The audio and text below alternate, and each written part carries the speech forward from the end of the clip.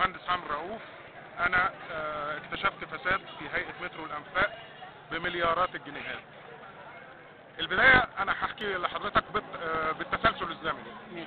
انا ساكن في مدينة نصر في شرق القاهرة يعني، فعارف خطوط مترو مصر الجديدة، وعارف انها بتوصل لغاية وسط البلد.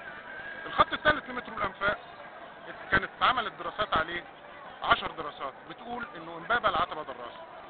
بعد كده في سنة 2000 عملوا دراسة واللي ابتدوا ينفذوها دلوقتي، قالوا انهم هيخلوه امبابة العتبة المطار عشان يربط وسط البلد بالمطار، فهيحفر نفق من العتبة للمطار.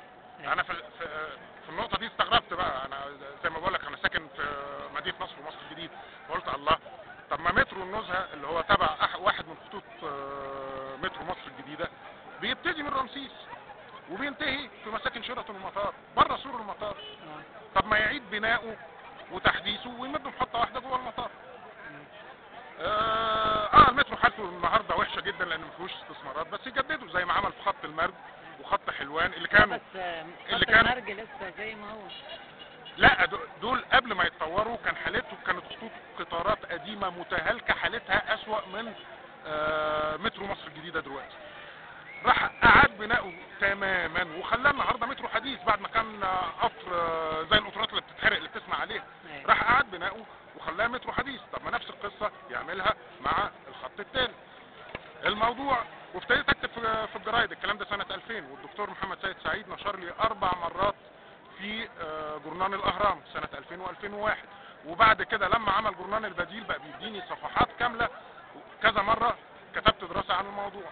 المهم بعد كده الموضوع شكيت، قلت الله، طب ما اللي عمل كده في الخط الثالث يعمل كده في الرابع والخامس والسادس.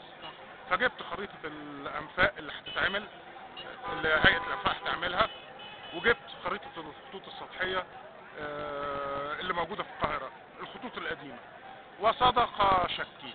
لقيت ان ال4 خطوط بتخدم في خطوط قديمة سطحية بتخدم نفس المسارات بتاعت ال4 خطوط انفاق. كل الموضوع انهم مش عايزين اي خط سطحي، بيقولوا ده ترام ماي قديم وما اعرفش ايه وما بيشيلش، عايزين يحفروا انفاق. ليه بقى نيجي بقى للنقطة اللي بعد كده. لما جم يرسوا شركة العطاءات على الشركات الفرنسية، ما انا هقول لسعادتك جاي لسعادتك اهو. لما جم يرسوا العطاءات على الشركات الفرنسية رسوها على شركة، عدة شركات منهم شركة اسمها أليستون. شركة أليستون دي بقى هو ده بقى السبب، اتمسكت في فرنسا وسويسرا والبرازيل في تحقيقات قضائية، لان نظام الشركة دي قايم على ايه؟ انهم بيدفعوا 15% من قيمة اي عقد عمولات للمسؤولين الحكوميين. ما جابوش سيرة مصر في الكلام ده اتنشر في جريدة وول ستريت جورنال الامريكية اللي هي الجورنال الاقتصادي نمرة 1 في العالم. ما جابوش سيرة مصر في الموضوع ده، بس في علامة استفهام ليه اختاروا شركة أليستون بالذات. بعد كده طلعت فضيحة تانية لشركة أليستون. شركة أليستون دي بتساعد اسرائيل على ضم القدس. ازاي؟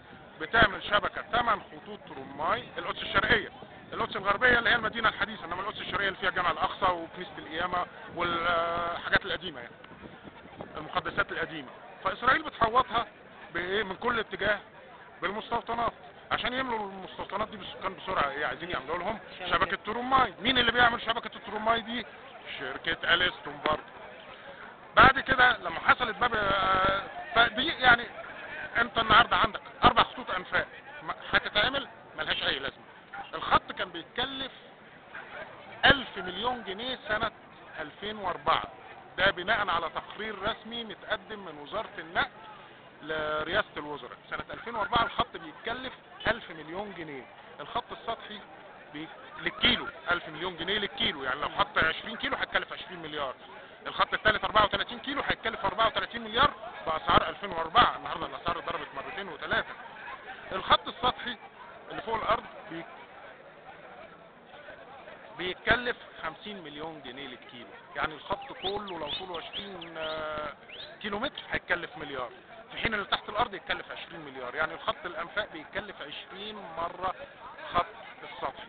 هم اختاروا انهم يحفروا 4 خطوط أنفاق بدل ما يجددوا ال4 خطوط سطحية اللي موجوده، ممكن يعملوا سطحي، ممكن يعملوا على كوبري زي مترو دبي، هتبقى برضو التكلفه بدل 5% هتبقى 10%. انما طبعا الموضوع عليه علامات استفهام كتير، في ما فساد. رحتش للنائب العام؟ رحت للنائب العام، قدمت شكوى، انا قدمت كذا شكوى 2007 و2008 و2009، قدمت 3 شكاوى في النائب العام وشكوى في الرقابه الاداريه ومحدش حقق فيها. في مارس، في الشهر اللي فات، بدايه الشهر اللي فات، قدمت بلاغ تاني بعد الثوره، رحت مقدم بلاغ تاني واستدعوني للتحقيق يوم 15 مارس في نيابه الاموال العامه في القاهره الجديده، وانا بصدد رفع قضيه لوقف الخط الثالث. في نقطة بقى تانية أخيرة بالنسبة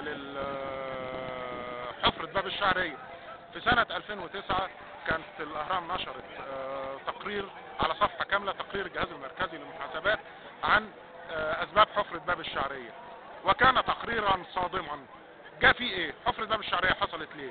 لأنهم عشان يوفروا شوية ملايين قليلة، وفروا في قللوا نقط حقن التربة بالمواد الكيماوية اللي هي النقط اللي بتثبت التربة، قللوا الحديد المستخدم، قللوا الحوائط الخرسانة المستخدمة، فوقع. وفين؟ في مناطق عند محطة العتبة وتحت كوبري العباسية، مناطق حيوية جدا.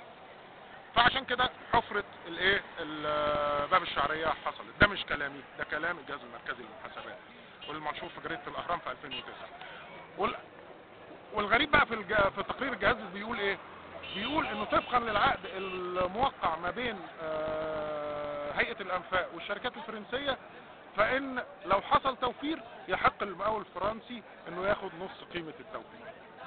في سؤال بقى هنا كمان، طيب اذا كان حصل الحفر، حصلت الانهيارات واحنا لسه بنعمل الحفر، طب مع بداية تشغيل المترو، انا مش عايز اسير حالة هلع، بس لا، ده سؤال لازم ايه يطرح. مع بداية تشغيل المترو هيبقى فيه احمال وهيبقى فيه اهتزازات من المترو، طب ما ممكن نفق يقع تاني، بس في ساعتها بقى هيكلفنا الاف الارواح. عشان كده انا بطالب ان احنا نشوف لجنه هندسيه محايده بعيده عن وزاره النقل وهيئه الانفاق اللي مليانه كلها فساد. لجنه هندسيه محايده عشان تشوف لنا النفق ده صالح للتشغيل ولا مش صالح للتشغيل. جايز ظنوني تبقى في محلها وجايز ظنوني تبقى خطأ. حضرتك ما رحتش وزاره النقل الجديده ليه؟ حضرتك انا مختصم وزاره النقل، اروح لوزاره النقل لا جديده ولا قديمه. وزاره النقل القديمه ووزاره النقل الجديده، ما رئيس هيئه الانفاق هو من القيادات القديمه اللي اختارها حسني مبارك. فاروح اقدم له اقتراحاتي، ومره قبل كده رحت لهم في سنه 2007 ومحدش اهتم. شكرا ليك. وهم نفس الناس. فعشان كده القيادات القديمه لازم تتغير. شكرا.